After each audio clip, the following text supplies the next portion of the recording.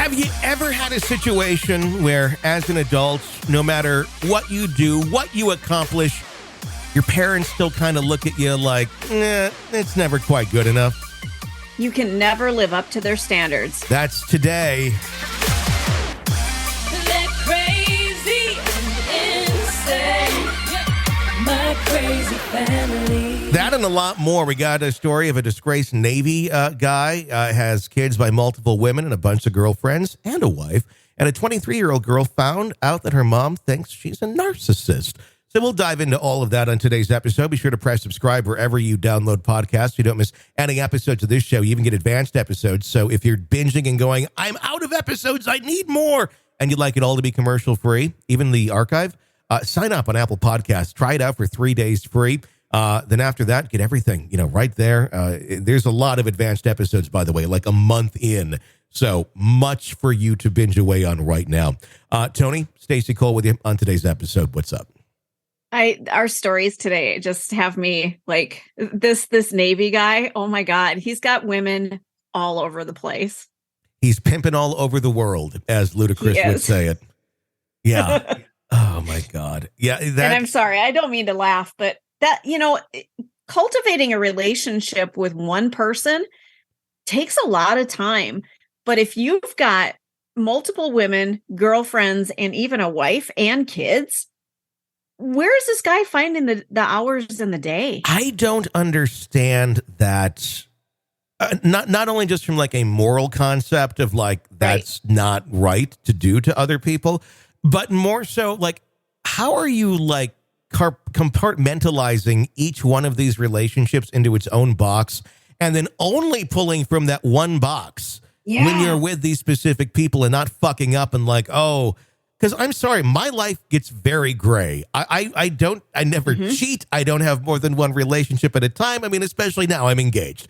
But it's just something, even when I was just, dating a couple years ago, I don't date multiple people at once because I can't fucking do it. My mind would not allow me to. I can't imagine how you'd handle this with children and marriages. And it takes a special type of, I don't know, crazy is the word or what, but it's not right. Do you think there's an app out there where you can keep track of each woman that you have in your life? Well, I mean, it'd be like a Google Calendar for each person, and then you kind of gotta, but you have to always be looking at whatever it is to reference. I mean, unless it's all very surface relationships, maybe we're overthinking it. When we're in relationships, we think we're invested, we're all in. This is, maybe this person doesn't do that. Maybe that's the key to it. You always treat it very generic, and you never really go in to get to know somebody. You just kind of talk about yourself. Because it's a very narcissistic thing to do, number one. And narcissists tend to not be all that interested in anyone other than themselves. So maybe that's the key to it. You have to be a narcissist. You don't really give a shit about the people other than like the sex. And you're just kind of, floating around there talking about yourself, and everybody's impressed everywhere you go. And I don't know, that to me seems to make more sense. What's even more shocking is when people do this sort of shit and they're like in the same city. There's like one wife on the west side and one on the east side, and there's separate families. How does that even done? And how do the wives not realize something is up very early and easily? Or is there a sense of awareness, but more of a lower self-esteem and a feeling of, well, I can't do anything on my own, or I can't get out on my own because I'm financially, attached to this person, and I'd be, broke if I left, and then that keeps them there. Or, I mean, there's abuse usually in that equation too. Mm-hmm. Yeah, it's very possible. I don't understand how somebody can keep all of these relationships going successfully. I think you would fail somewhere along the lines that the other person would kind of do a double take and go, huh? Yeah. We didn't do that. Yeah. It's bizarre, but some people are able to do it. Maybe you have someone in your life who has done that, or anything crazy for that matter. If so, we'd love to hear about it. You can write in on our website, crazyfampod.com, or call toll free 833-CRAY-FAM. That's 833-272-9326. Let's jump into our first one of the day. All right. Well, it is our first one. This is from Maggie via mycrazyfanpod.com. She said, "Hi, this story is about my ex-boyfriend, who is also my oldest daughter's biological father. It all started when I met him in 2008 at the age of 19. So she was young. He was 20 and stationed at the Navy base in my city in California. He was from Florida. The lies began immediately. I started dating him, and within a couple of months, I found out that he also had a girlfriend in Florida who was only 16. Well, that's a whole bunch of other issues right there. He somehow convinced me that they were really broken up, but she can't let him go, etc. I had no idea what a sociopath or narcissist was back then at 19 years old, so I believed him. It turns out that he was telling her that I was his stalker and wouldn't leave him alone, even though he was coming over and spending the night with me almost every single day for months at this point. One day he tells me that he has to go on sea duty on his ship and he'll be gone for the weekend. Now that would make sense, right? You know, you're dating a Navy guy and he's got to be gone for a while. Sure. Well, again, I believed everything he said. So a couple days before he's supposed to go on the ship, he accidentally, here we go, leaves his laptop open at my house. And I see the email confirmation for his Florida girlfriend to fly into California that weekend. See, you need an app. You need an app to keep this shit straight. We should work on that. Oh, God. Yeah. When he comes back from work that day, I tell him to get the fuck out and never come back. 2 weeks later, I find out I'm pregnant with his baby. I texted him to let him know, and he threatened to hit me in the stomach with a bag of oranges, Jesus. and that it's not his problem anymore because he's deploying to Japan next month anyways. Of course he is. Well, and a typical guy from Florida, what's he going to choose? Oranges. A Florida man. That's, yeah. Unreal. Okay, so flash forward about 5 months, and I find out I'm having a girl. For some reason, my dumb, naive self wanted to let him know that he'd be having a daughter. It turns out he never went to Japan, and he's been in town the entire time.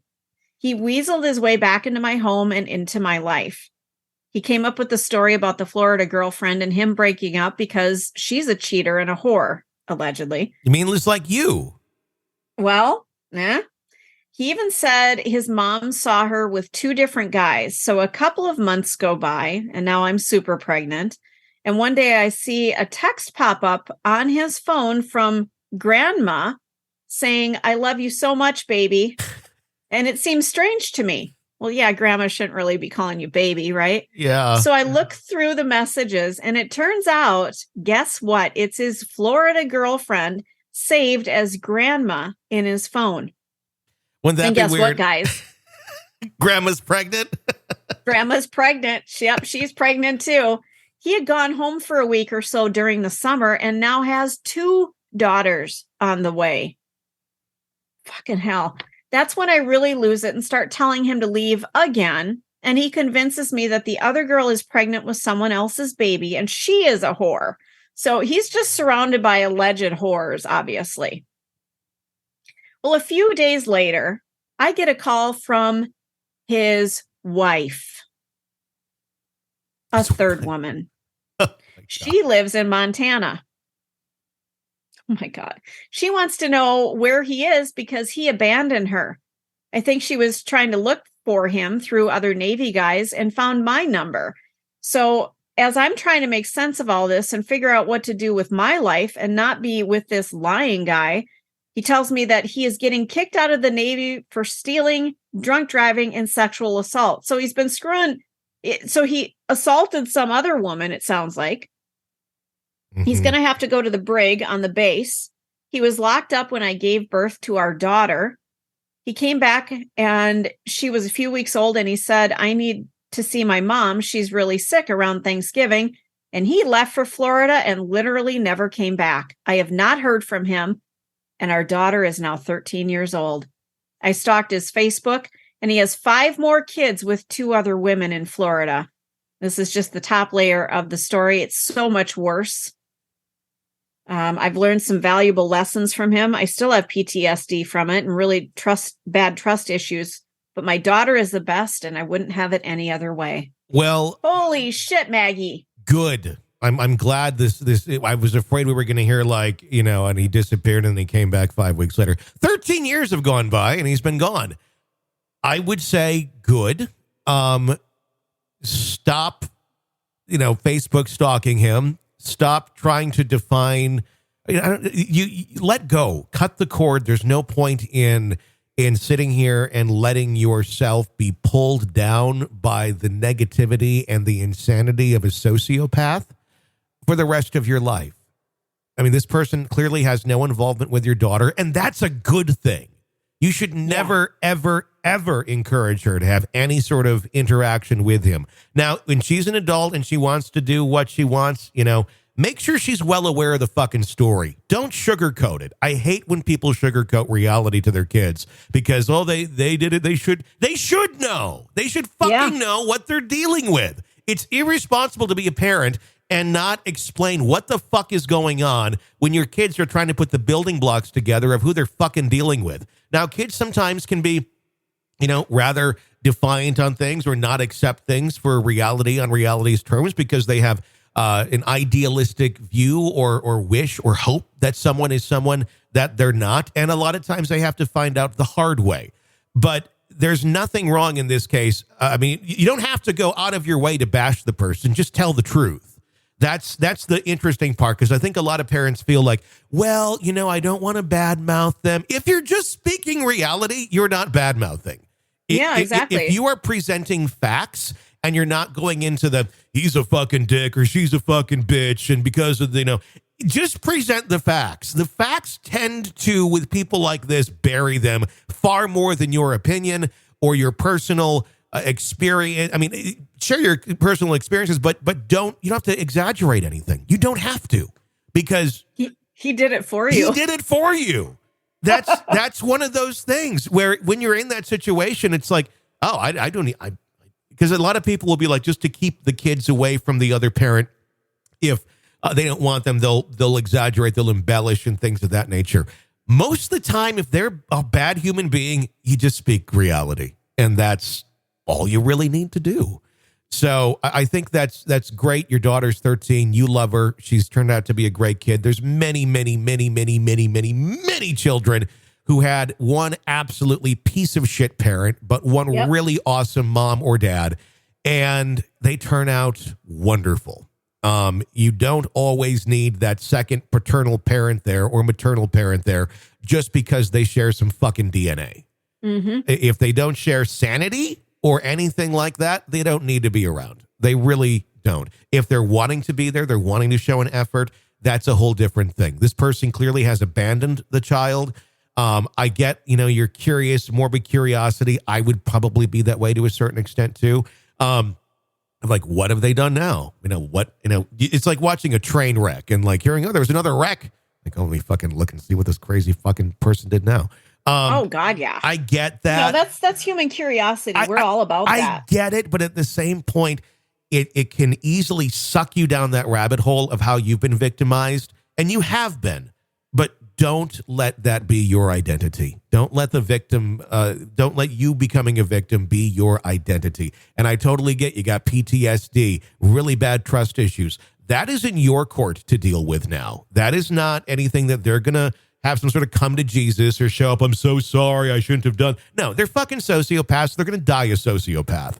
And you can either let that envelop you more or, start trying to find a road to healing from that shit as quickly as possible for your own good and the good of your daughter. That stuff exists. It's going to exist, but there are ways of working through it. It's very true. And you don't also want to affect how your daughter is going to relate to men as well in her life. So I think that's, it would be really important to seek some counseling if she hasn't, just to grapple with what she's dealt with, because that was abuse. 100%. Yeah. And, mom's got trust issues, but we don't want the 13-year-old daughter to then have trust issues as well. and perpetuate this cycle and keep No. it going Well- just because dad was a piece of shit. We want the daughter to have the smarts to, number one, not fall into that. So having trust issues and having confidence and being able to understand people and read people are two different things. It sounds like when she was this woman was younger, she didn't understand how to read people or understand where people were up to until things were far too late, and kind of kept going back to it because she didn't have those tools in her toolbox. We want the daughter to have those tools in her toolbox so she doesn't make the same mistakes mom did, but at the same time not necessarily having trust issues, but just more so a better compass on who to trust. We should all be cautionary on who we trust, but be able to trust when we feel that things are right. And we're all going to make mistakes, and that's fine. But let's get the daughter better tools to work with as she gets into those ages. Absolutely. And also, we're not blaming the victim here at all. Oh my God, we've all It's just how to we have all been in relationships where we're like, what the fuck was that about? No, it's about healing. It's about taking your life and putting it in a positive direction and not being the victim. That's I hate that. I mean, and we've all been through so much shit. We could all say we could be the victim forever. Sometimes it feels easier. But deep down, it just destroys your soul. So you're much better off, learn from the past. It sounds like you really have. But there's always, when you have PTSD, when you have things like that, there's always more you can do to feel better and get better, because some of those scars will truly never go away, but they can become a heck of a lot more, less noticeable and less putting a weight on your life if you really work through those. Absolutely. Our next story, this one's an interesting one. My sister told me, we are both 23 and female. I don't know if they're twins or not, but it sounds like it. My sister told me that recently our mom, who's 55, was watching TikTok about dealing with narcissists and told my sister that she thinks I am one. Of course, the definition of a narcissist includes excessive need for admiration, disregard for others' feelings, an inability to handle any criticism, and a sense of entitlement. Mm-hmm. Now, she goes on to say that I'm not entirely surprised to hear this, as she often hints that I'm a sociopathic, cold, and mean person. But this has really been bothering me. To know that my own mother sees me as a manipulator and unfeeling person, and knowing that she's officially put the narcissist label on me. I've struggled socially my whole life, and I can definitely be difficult to deal with. I am in therapy, but I really don't think I'm a narcissist. I work with kids at my job and I love it. I have lots of hobbies and interests. I consider myself a very empathetic person. To be reduced to a narcissist by my mom is really hurting me deeply. My boyfriend and friends have assured me that I'm not one, but my mind keeps going in circles, wondering if I could be at fault for having constant conflict with my mom. Deep down, I'm not a bad person, and that her accusations are a reflection of her own self-perception. I'm really just hurting and struggling with the fact that this is how I'm perceived, even when I try so hard to be gentle and kind with others. Just wondering if anybody else has dealt with something similar. And I'm not saying you're a narcissist, but the first thing that narcissists hate are to be called a narcissist, and they never accept or realize that they are, which is why it's nearly impossible to fix that in a narcissist.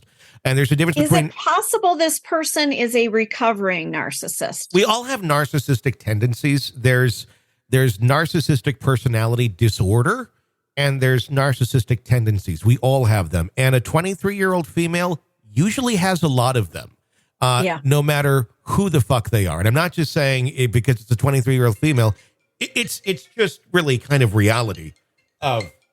Where's my phone? I thought the dog has my phone. But it's one of those things where... we can have those tendencies just because, kids are naturally narcissists, especially teenagers. And I think it really carries into early 20s easily. I think, I was very narcissistic at that time, but a lot of times people grow out of it and they realize that those tendencies are not helpful or healthy. and you kind of change your ways because you adapt. When you don't, that's when it kind of goes into the personality disorder, because you've never assimilated with the rest of society and have issues. Now, a narcissist can also be confused for many other things. Asperger's is one of them. So if you've always kind of had weird relationships with people, you were kind of quiet, you were kind of off to yourself, but you were happy.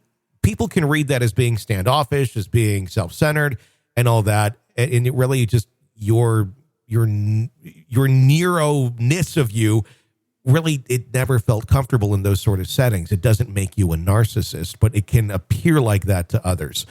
So I think my guess in here is that mom is probably referring to the last 10 years of, living and having this child who's now 23, which 10 years goes back to about 13. So, seems like a long time when you're 23. When you're 55, it's like a fucking, snap of the finger. And you probably did have a lot of those tendencies, is my guess. But if that's not who you are today, just continue to show that you're not, and know that you're not. And if you really feel like maybe you have some of those things, read up on it. There are tons of books on narcissists and narcissistic personality disorder. And sometimes you have to look in the mirror yourself too and say, yeah, that's not really, who I want to be, or admit some of your faults. If you can recognize, Annie. But narcissists also do the exact same thing that she said, of they will, hold the mirror up and say, this is you, but they're really just kind of projecting their own personality onto you so they don't get blamed for being a narcissist as well. Without knowing a lot more about the situation, it's really hard to say, but those would be some of the potential paths I think she's dealing with. And the other thing, I wonder if mom isn't one herself. That's what I'm saying. Yeah, I think that could be a strong possibility here. But again, without knowing much more, I don't know. Most narcissists are not aware of them being narcissists either. So if you're sitting here questioning it, you're probably not a narcissist. If you're really taking the time to deep down look at it, because most narcissists will simply say, I'm not, and that's the end of it. Exactly. Yeah, exactly. There's not a lot of self-reflection with a narcissist. The fact that you're sitting here worrying about it and thinking about it usually says you're not. Could you have tendencies? Could you have had when you're... Sure, of course. Like I said, we all do. But it's a matter of making the choice to not continue with some of those ways of living and finding a better way, or sticking with them. And that's where you truly do get those personality disorders and people that live their life in that sort of path. Yeah, that's a tough one. But, I think you really nailed it, that, just the fact that you're even having this awareness, it speaks volumes. And, you'll grow up, you'll mature, you'll figure things out. And I think that's really cruel that mom called you that. I think there's something to explore there. Why would a mom do that to her own child? Well, and then to go into the world of like sociopath, like she doesn't even know what the fuck she's talking about. I'm like, right. That's a whole other. Now, she could have very valid observations of someone being cold, someone being mean, someone being self-centered from a girl from the age of 13 to 23. That's a window where that's typically there to a certain extent, statistically. Boys too, but it does tend to be higher in women. And I'm just speaking reality and facts. I'm not not injecting my personal opinion here. But that is what it is. But then you grow up, you grow out of it. And you're at that stage now where you're hopefully starting to see, the other side of things. It certainly sounds like you are looking at yourself, and doing some introspection.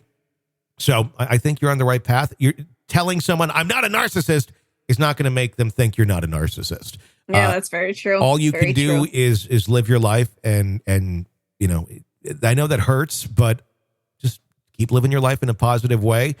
Don't be a narcissist, and let your actions speak for themselves, because that's the only way sometimes to help people understand things. When we're younger, at like 23, you want to be able to turn someone's opinion very quick by just saying something or presenting arguments or presenting facts, and hopefully this deep-rooted feeling is going to change. you'll realize as you get older, some things take time. And that's the only thing that it takes to convince people otherwise. Nope, great point. Our next story, I recently received a $3,000 scholarship to my university due to having good grades and being first generation. I'm assuming first generation to go to college. I texted my mom excitedly. She completely ignored it and said she was upset because her flight home was delayed. Okay. I can understand her flight delay frustration, but how hard is it to text congratulations back to your kid? I'm thinking back and, they've never been in my life, or they've never in my life been proud of me. I ran Division I track and field. I am number 2 on my school's all-time record list. They never even said how proud they were of me. I graduated undergrad magna cum laude and received only a congrats card. Even when I got my driver's license, they never told me they were proud. I just feel like I can never get them to be proud of me. It's taking a big mental toll, especially considering this is my final year in grad school. So somebody is kind of sobering up that, my parents really don't acknowledge anything that I've done. And if they haven't yet, they probably aren't going to start. No. And that's the reality you have to deal with and face. And if it's taking a big mental toll on you, that's up to you to fix. It's not going to happen by urging them and pointing this out to them. Mm-hmm. That's not going to do shit. Trust me. Yep. It's not. The people, and it doesn't mean that they're not proud of you or they don't love you or think highly of you. It's how they express it. And some people express things in really fucked up ways. When we look at it through our own prism, we may express it very obvious in ways and say it to the people that we love and care about because that's how we express it. Others, maybe not so much. I'd be curious to know, and it'd be interesting for this individual to take a look back on their parents' upbringing and see what sort of examples they had as children growing up into adulthood, because a lot of times people tend to emulate their parents in a certain extent. And if their affection and love and, showing, encouragement, showing being proud of someone, pride was never a part of it, it may not even be on their radar to even express it in that way. They may think that you already know that because they're your parents. And it's almost a given. Now, would it be nice? Sure. It'd be great to hear that sometimes. But that's not always how it works. But I don't know the parents, obviously, at all to speak more on that. But I think a lot of times it's not that they just don't show it in the way that you receive it. It's like love languages. When you're talking about a relationship with someone else, understanding the other person's love language, how they receive, give, and take it, is really kind of critical in making that connection, especially if they're different. And you can start to understand other people and how they function and realize, oh, they're really showing this to me that way, but I take it this other way and vice versa. That is an interesting thing to learn how to accept and how to then function in those relationships. There could be a level of that could be learned and used in this as well. But it's a really great point. But it's frustrating as shit. And instinctually, we all want to have that parent or parents' approval and just recognition for what you've accomplished and what you've done. And they may show it from time to time. I'm going to guess the argument that be made is, we've always been proud of you. Look, we sent you that card. That was something. See? And then they'll turn it around like, but what about when you didn't say anything like that to us? What about when you didn't do that to them? And it kind of gets defensive, and it will go absolutely fucking nowhere other than put a damage in your relationship. So taking the big mental toll on me, that's where you kind of got to wrap your mind around that and understand it and do some work. Maybe talk to somebody, a counselor, a therapist or something, and learn how to deal with that so it doesn't take such a mental toll on you. But again, that's 100% up to you. Do not rely on mom and dad to come around and suddenly be giving you the fucking party of the century and saying, we're so sorry we didn't recognize all these great things you've done, because they're not. They're going to keep doing exactly what they've done until they're dead. You've nailed it. That's exactly it. They are not going to change. Yeah. Nope. It is. And at some point, you just got to be like, It's not fucking worth it. It is not worth the mental toll it takes on me trying to examine this and run the hamster wheel of it, or even talking about it or bringing it up, because they're probably not going to be receptive to it. And even if they are in the moment, that's a conversation. That's not a change in life. We were just talking about live it, show it. If you want to do something different, at some point, people stop doing that. They just are like, this is me, and that's how I'm going to be. Now, I mean, I can relate to this in many ways, but I do know that my parents are proud of me, and that they care, but they don't show it in ways that I would receive it, and I've just stopped giving a shit. Like, I'm not here to prove anything to them. I'm here to provide a great home and a life for my daughter. That whole, dynamic of your parents being in the role of, being that support. You know what? When you become an adult, it shifts and you realize, oh, your family, that's still your family. But you know what? The next part of your family, you get to make. And that's your forward part after that. It's going back to the past, expecting childhood, adulation and all that. It's not how things work. No, it isn't. When you're 5 years old, that's how it works. Yeah. But not when you're in your 20s and above. It's just, that's not a thing anymore. No, learn how to be proud of yourself without constant praise. That's something that I am very good. I've always, and I've hated praise too. So there's probably an element of that in me where I probably rejected it, honestly, as a child, because I always felt praise was like bullshit. That's my own trust issues right there. But I always felt like anytime, even when I did something good, it was always like, they're bullshitting me. Like I read people incorrectly quite often. And I feel like a false sincerity is there quite often. That's why I never liked sports. I never liked getting into that stuff, because it always felt like you're just saying this to like make them run or do something better or faster, which is exactly what they're doing, because it's that. But to me, encouragement. But it's not like I respond to like deep down authentic encouragement, and like on the surface stuff, just I fucking hate it. I hate it. Because it just feels fake. But anyway, I get it. When my parents visit, usually the first thing is and I am very meticulous on my house and how things are looking, and it's good. We're doing good. Everything's good with us. But rather than point out, oh, that's really cool, I'm glad you did that, or this, it's always like, well, I can guarantee this is going to be one of the first ones, because the pool out there doesn't have a cover on it for winter, and it doesn't need it because we don't have any leaves. They just treat it, and it's good. And I had it professionally done. The first thing I'm going to hear is, you sure you don't need something else for that? You sure you don't need to? Like, I don't know. Number one, and there'll be some expertise that will be doled out there of like, well, I think maybe you need to look in a little bit more. But the expertise is based on absolutely nothing, because they've never owned a pool in their life. Have never had to manage a pool in their life. Have never done anything with a pool in their life. So they're just putting it out there. And you can insert anything you want here where some expertise or wisdom is being implied to areas of life they've never experienced whatsoever. And I hate that, because it's like, you've never lived this experience. And if you try and explain, look, you've never been like this through this before. And I'm not talking about a pool.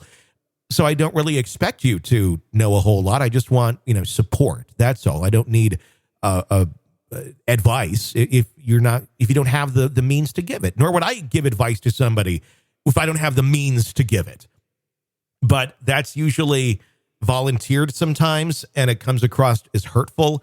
But you just kind of got to understand, read the room, what you're dealing with. And when you kind of can put that little filter there and not get upset by what, if a stranger was coming in and saying that shit to you, and you'd be like, get the fuck out of my house. If it was your parents and you realize it really does come with love, but their way of love is a little not quite how I show it, you can accept things a little bit better to make things a little bit easier.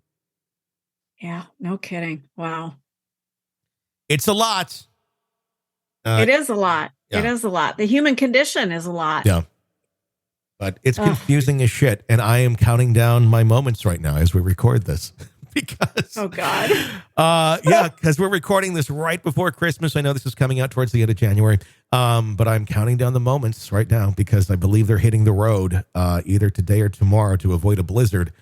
And I'm just like, okay, Tony, don't get upset at things. Just kind of take things with a grain of salt. Understand that they communicate differently than you, and some things may be utterly fucking crazy that are said.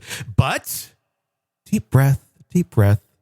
You are a very good son. You really are. Yeah. The fact that you're allowing something that gives you anxiety to come into your home and spend the holidays, that says a lot about you.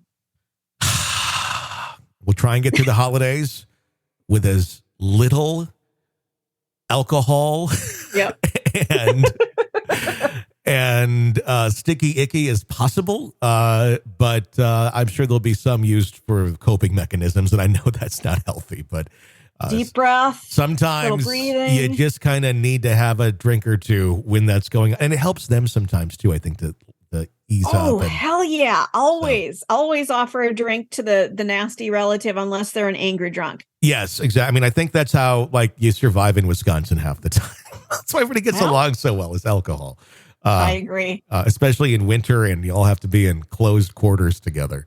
It's what keeps things moving. That sounds horrible, and I'm not trying to joke about it, because I know it can be a horrible thing that people deal with alcoholism and all that. But I'm just making a small little joke of what I've seen in life. So take that with a grain of salt. Amen, brother. There you go.